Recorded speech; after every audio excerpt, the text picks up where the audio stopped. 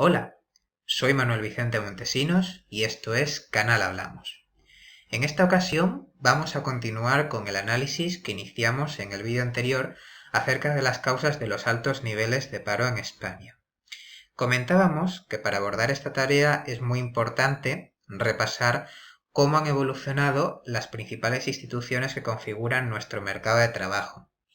Estas instituciones han ido cambiando con la introducción de sucesivas reformas en España, especialmente desde la transición.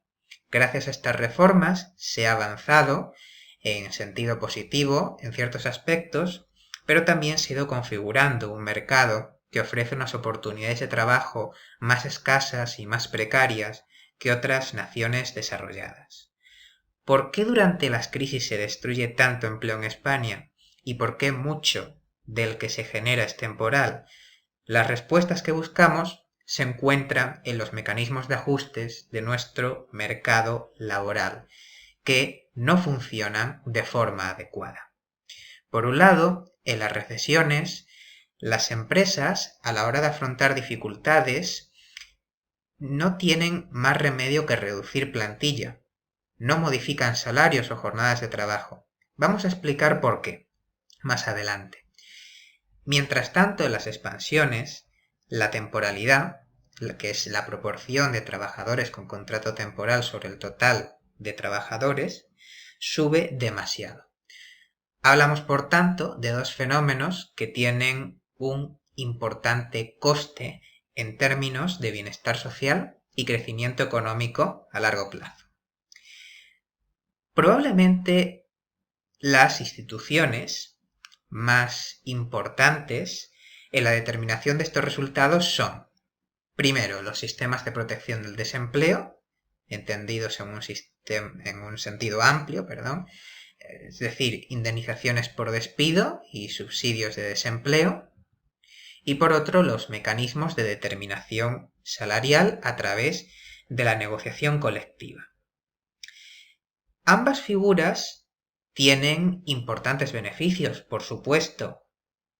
Permiten asegurar rentas a los trabajadores, ayudándoles a mantener un patrón de gasto estable en el tiempo. También trasladan parte del riesgo de despido desde los individuos a las empresas, que ven el despido como una alternativa que tiene un coste social, y equilibran el poder de negociación entre los trabajadores y los empresarios. Pero un mal diseño de estas instituciones puede acarrear resultados muy negativos, que son los que precisamente vamos a comentar. Y vamos a empezar por los sistemas de protección del desempleo, que están muy relacionados con la famosa dualidad del mercado de trabajo, es decir, de su segmentación en dos grupos muy distintos, que son los trabajadores con contrato indefinido y los trabajadores con contrato temporal. Vamos a fijarnos primero en las indemnizaciones por despido. En España, antes de la reforma laboral de 2012, aquí tenemos el gráfico, vemos que los empleados fijos o con contrato indefinido que eran despedidos de manera improcedente tenían que ser indemnizados con 45 días de salario por cada año trabajado en la empresa, pudiendo llegar a cobrar hasta 42 mensualidades. En cambio, si el empleado era temporal, la indemnización se limitaba solo a 8 días de salario por año trabajado. Como vemos, es una diferencia abismal, que ya es una de las primeras razones para hablar de la famosa dualidad del mercado de trabajo. Además, si nos fijamos, esta indemnización del trabajador temporal también era inferior a la que le correspondía a un trabajador con contrato fijo que fuese despedido por causas objetivas, que era una indemnización de 20 días por año trabajado con un máximo de 12 mensualidades. Esta situación ha cambiado ligeramente con la reforma laboral de 2012 y las diferencias se han reducido, al pasar en el caso de los trabajadores fijos a una indemnización de 33 días por año trabajado con un máximo de 24 mensualidades, y los trabajadores temporales tienen una indemnización un poco más alta de 12 días por año trabajado. A pesar de estos cambios, la dualidad se mantiene, las diferencias siguen siendo muy grandes. Pero ¿esto es mucho, es poco? Bueno, para la comparación con otros países, lo que vamos a hacer es utilizar la información contenida en el indicador Doing Business que elabora el Banco Mundial. En condiciones estandarizadas, es decir, si cogemos un trabajador de 42 años, no directivo, que trabaja a tiempo completo, que tiene 20 años de antigüedad en la empresa y un salario igual a la media del país, y vemos cuál es el coste de rescindir por razones económicas, por causas objetivas, el contrato de ese trabajador en los diferentes países, pues en la OCDE nos encontramos con esta situación. Y vemos que en 2008, antes de la reforma laboral, en España el coste de despido era de 56 semanas de salario para la empresa. Estamos hablando de más del doble de la media de la OCDE. Lo que ocurre es que, como la mayoría de contratos en nuestro país, a la hora de rescindirlos, se tramitan como una rescisión disciplinaria improcedente y no como una rescisión objetiva, el coste de despido sería en realidad de 128 semanas de salario. Ha bajado a 94 tras la reforma de 2012, pero superamos ampliamente a todos los países analizados. Si utilizamos datos más actuales del mismo indicador del Doing Business en el año 2016 y cogiendo un trabajador que está a tiempo completo en la empresa con 10 años de antigüedad y un salario igual a la media del país, las diferencias también con la media de la OCDE siguen siendo bastante grandes, con 29 semanas de salario frente a la media de 12,7. Mientras tanto, ¿qué le ocurre a un trabajador temporal? Pues que en 2008 la indemnización por no renovarle el contrato era de solo 22 semanas de salario frente al dato que hemos visto anteriormente. Por lo tanto, como vemos, desigualdad en España entre los trabajadores fijos y los temporales en cuanto a coste de despido. Una desigualdad muy grande si comparamos lo que ocurre en otros países. Tales desigualdades también se manifiestan en las prestaciones por desempleo. ¿Qué ocurre? Pues que si cogemos también datos de la OCDE y nos fijamos en la tasa de reposición, que es el porcentaje de salario que mantiene un trabajador al perder su empleo y recibir la prestación, pues vemos que en España también estamos por encima de la media de la OCDE con un 70%. En la media de la OCDE es un 68%. No obstante, dado que los trabajadores temporales pasan más tiempo en el paro y sus derechos acumulados y tasas de reposición son menores, en este caso la prestación de los trabajadores temporales españoles estaría por debajo de la media de la OCDE y estaríamos con un grado de protección algo inferior al que tienen en Estados Unidos, que lo vemos aquí. Por lo tanto, en España tenemos por un lado a los trabajadores con contrato indefinido, que tienen unas indemnizaciones por despido y unas prestaciones por desempleo superiores a la media de la OCDE, y por otro los trabajadores con contrato temporal que se encuentran en la situación opuesta. Como los trabajadores temporales están mucho menos protegidos que los que tienen un contrato indefinido, cuando las cosas van bien se les contrata masivamente y cuando van mal se les despide masivamente, como vemos en este gráfico, donde tenemos las tasas de variación interanuales del Producto Interior Bruto de España y también lo que varía cada año el empleo temporal. y vemos que efectivamente aquí en la etapa de crisis el empleo temporal cae muchísimo. Y en las etapas de bonanza, como la que tenemos aquí, el empleo temporal sube, reproduciendo el movimiento que acabamos de comentar. Por lo tanto, los trabajadores temporales son los que tienen que soportar la mayor parte del ajuste del empleo a lo largo del ciclo, como vemos en estos gráficos. Ellos protagonizan las salidas del empleo al desempleo, aquí lo vemos, como la mayor parte de las salidas del empleo al desempleo son de trabajadores temporales, y también las salidas del desempleo al empleo, a la hora de contratarlos, pues también hay una mayoría de trabajadores temporales. Los cambios en el empleo también están protagonizados por temporales. Aquí lo vemos. Al mismo tiempo, también hay que decir que esta situación actúa como una barrera de entrada de los trabajadores temporales al segmento de los trabajadores fijos.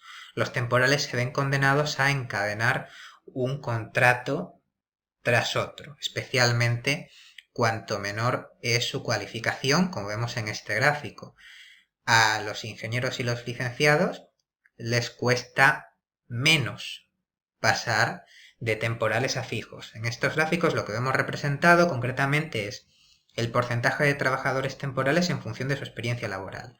A la izquierda vemos que conforme más experiencia tienen, pues menos trabajadores temporales hay. Y aquí vemos el mismo dato, pero desagregado por cualificación. Y vemos que los ingenieros y licenciados, los trabajadores que tienen mayor cualificación, son a los que les cuesta menos pasar de temporales a fijos. Cuanta menor es la cualificación, más les cuesta, como vemos aquí, en la línea roja de aquí arriba. Una vez que hemos entendido las causas institucionales de la dualidad de nuestro mercado de trabajo, vamos a investigar las que están más relacionadas con los elevados niveles de paro en nuestro país. Y tras esta situación, tras este fenómeno, se encuentran los mecanismos de fijación de salarios y condiciones de trabajo que se articulan a través de la negociación de convenios colectivos entre trabajadores y empresas. Hasta la reforma de 2012, los convenios en España han presentado una serie de características que debemos destacar. En primer lugar, son de eficacia general, por lo que afectan a todas las empresas y trabajadores ubicados en el ámbito sectorial y geográfico para el que han sido acordados, con independencia de que esas empresas y trabajadores hayan estado efectivamente representados en su negociación. En segundo lugar, se mantenían vigentes hasta que no hubiera otro convenio acordado para sustituirlos. Esto es lo que se llama ultraactividad. De esta forma, en promedio, los convenios colectivos solían tener una duración de 2 años y medio. Por otro lado, solo están legitimados para negociar los sindicatos más representativos, que son los que tienen más delegados en las elecciones sindicales, y también las entidades patronales mayoritarias. Pero paradójicamente, el grado de densidad sindical en España, es decir, la proporción de trabajadores afiliados a algún sindicato sobre el total de trabajadores, es de los más bajos de la OCDE, con algo más de un 10%. Y además las cláusulas de descuelgue eran muy restrictivas, limitando mucho las posibilidades de las empresas para no cumplir con los acuerdos establecidos en la negociación colectiva. Con este diseño, los convenios han afectado, como vemos en este gráfico, a la mayoría de los trabajadores con independencia de que estén o no afiliados a un sindicato. Hasta la reforma de 2012, como vemos aquí, cuando la situación ha cambiado y el porcentaje ha bajado significativamente. Además, los convenios se han negociado con un grado de centralización intermedio. Es decir, han predominado los de carácter sectorial cuyo ámbito de aplicación es provincial o regional. Por ello, las condiciones laborales de la mayoría de los asalariados se han establecido en función del sector y la región donde operan sus empresas y no tomando como referencia las particularidades de cada una de ellas. Es por esto que la negociación colectiva, el diseño de la negociación colectiva en España, ha dado lugar a que los salarios pactados no guarden relación con la situación de productividad y empleo de las empresas sobre las que se aplican.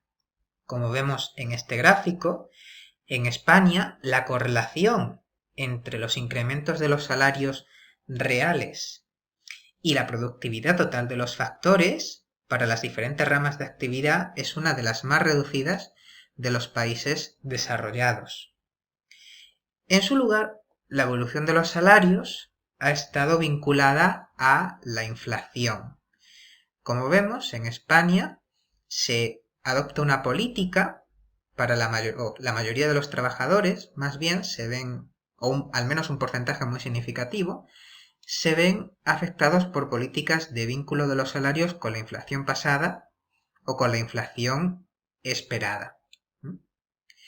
En cambio, en otros países de la Unión Europea y del área del euro, concretamente como vemos aquí, pues adoptan otro tipo de políticas relacionadas con o que establecen una relación indirecta con la inflación pasada o con la inflación esperada, pero es una relación indirecta.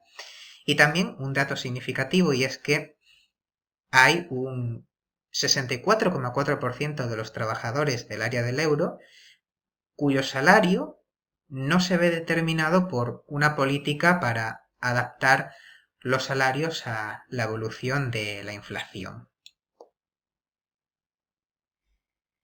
Por lo tanto, sobre estas bases, lo que se ha ido forjando con el paso del tiempo es un marco de rigidez salarial que impidió la contracción de los salarios al estallar la crisis.